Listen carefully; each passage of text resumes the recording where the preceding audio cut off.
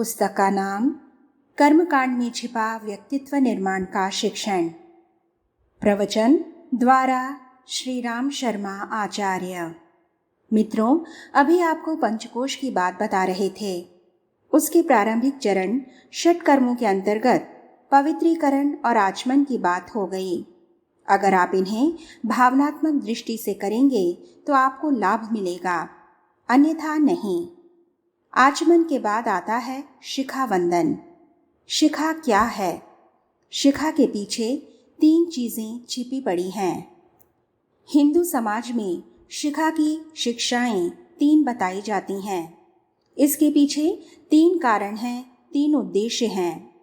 शिखा का एक उद्देश्य है, जिस तरह हाथी के कंधे के ऊपर कान के पास अंकुश लगा दिया जाता है, अगर यह अंकुश ना हो तो वह कितना खूंखार हो सकता है और कितना भयंकर काम कर सकता है। वह पेड़ों को उखाड़ सकता है, बच्चों को कुचल सकता है, वह कहीं भी जा सकता है और किसी की भी फसल उजाड़ सकता है। बिना अंकुश का हाथी पेड़ को भी तोड़ सकता है और किसी भी दिशा में जा सकता है। हाथी के सिर पर अंकुश होता है तो उसे सही राह पर चलना पड़ता है। हम अपने सिर पर भगवान का, आदर्शवादिता का, आध्यात्मिकता का अंकुश स्थापित कर दें, ताकि जो हमारे सिर का सबसे ऊंचा वाला भाग है वह हमको हमेशा याद दिलाता रहेगा कि हमको बिना अंकुश के निरंकुश नहीं होना है, हमको उच्छृंखल नहीं होना है, मर्यादा रहित नहीं होना है, अनुशासन रहित नहीं होना है। इसलिए हमारे सिर पर अंकुश लगा हुआ है। यह हुआ शिखा का उद्देश्य नंबर 1, एक झंडे के समान। मित्रों, शिखा का उद्देश्य नंबर 2 यह है कि यह हमारा किला है। यह हमारा दिल्ली का लाल किला है। दिल्ली के लाल किले के ऊपर हमने झंडा फहरा दिया है। जिस दिन हिंदुस्तान को स्वराज मिला था, उस दिन लाल किले के ऊपर, पार्लियामेंट भवन के ऊपर, राष्ट्रपति भवन के ऊपर और दूसरी महत्वपूर्ण जगहों पर तिरंगा फहरा दिया गया था और यूनियन जैक उतार लिया गया था।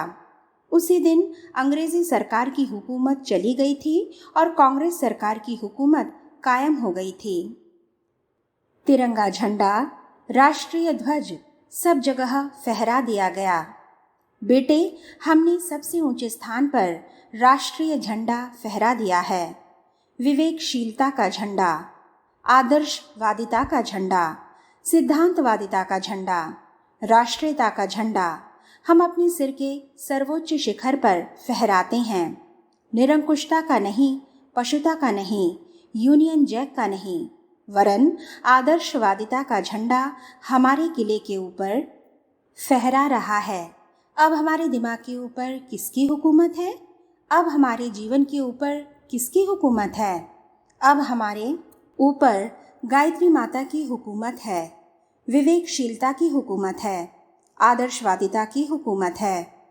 विवेकशीलता की देवी गायत्री माता, धियो यो नः प्रचोदयात् की देवी, सहकारिता की देवी, नह माने हम सब, धियो माने बुद्धि, प्रज्ञा की देवी गायत्री माता का झंडा अब हमारे ऊपर फहराता है।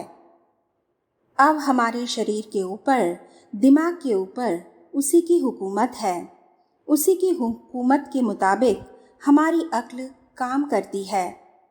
अब उसी की हुकूमत के मुताबिक हमारी इच्छाएं काम करेंगी, हमारी क्रियाएं काम करेंगी।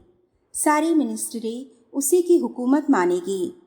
हमारे शरीर की जितनी भी मिनिस्ट्रियां हैं, उन सबको उसी का हुक्म मानना पड़ेगा।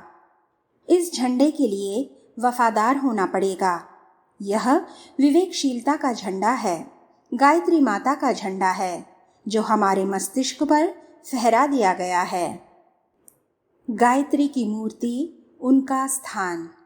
मित्रों, शिखा वंदन क्या है? इसके पीछे एक और बात छिपी हुई है। क्या छिपी हुई है? इसके पीछे भगवान की मूर्ति छिपी हुई है। शंकर जी की जब मूर्ति स्थापित की जाती है तो उसमें यह विशेषता है कि आपको मंदिर बनाने की आवश्यकता नहीं है। आप एक चबूतरा बनाइए और चबूतरे के ऊपर एक गोल मटोल पिंड स्थापित कर दीजिए और खुले में पड़े रहने दीजिए। वर्षा होगी? हाँ साहब, शंकर भगवान जी को कोई ऐतराज़ नहीं। धूप पड़ेगी तो भी भगवान जी को कोई ऐतराज़ नहीं। वे धूप में पड़े रह सकते हैं, छाया में पड़े रह सकते हैं, वर्षा में पड़े रह सकते हैं, ठंडक में पड़े रह सकते हैं। आप चबूतरे पर शंकर भगवान को स्थापित कर दें। बस शंकर भगवान जी की पूजा हो गई और शंकर भगवान जी का मंदिर बन गया। हर जगह ऐसे मंदिर बनाए जा सकते हैं और उसे बनाने में कोई ऐतराज़ नहीं। बेटे, यह क्या है? साहब, यह चबूतरा है। किसका चबूतरा है? पिताजी का बना रखा है। कहाँ बना रखा है? खुले में बना रखा है। छाया में क्यों नहीं बनाया? अरे साहब, एक बार हमारे पिताजी सपने में दिखाई पड़े थे और उन्होंने कहा था कि हमारा स्थान बना दें। बस हम गए थे और एक छोटी सी चबूतरी बनाकर उस पर उनके चरणों के निशान बनाकर आ गए थे। अब हर साल हम वहीं पर जाते हैं और पूजा कर देते हैं और इसी से वो जो उनका भूत था चला गया। बेटा, अब हमको शांति मिल गई है, अब हम ठीक हैं। मंदिर जैसा पवित्र हो अंतस। साथियों, किसका स्थान बना दिया गया है? गायत्री माता का। यह गायत्री माता का चबूतरा है। अच्छा साहब, इस चबूतरे पर किसकी मूर्ति रख लूं? बेटे, तुझे क्या बताऊं, किसी की रख ले, भले से लोहे की रख ले। महाराज जी, मैं तो रात को सोऊंगा तो यह मेरे ऊपर गिर पड़ेगी। हाँ बेटे, लोहे की होगी तो गिर पड़ेगी। किसकी रखेगा? इस पर। महाराज जी, पत्थर की रख लूं? नहीं बेटे, अगर टोपी पहनेगा तो दिक्कत आएगी। तो किसकी रखूं? चल, मैं तुझे ऐसी चीज़ बता देता हूँ जो कि मूर्ति भी बनी रहे, गिरे भी नहीं और तुझे रखवाली भी नहीं करनी पड़े और बनी बनाई रखी भी रहे। तो गुरुजी, किसकी मूर्ति बना दूँ? बेटे, तू बालों की गायत्री की मूर्ति बना दे। बस यह बालों की शिखा रूप में जो गायत्री माता की मूर्ति है उस स्थान पर स्थापित हो गई। अब यह भगवान का स्थान हो गया और यह सारा का सारा शरीर मंदिर हो गया और इसमें गायत्री माता की मूर्ति स्थापित हो गई।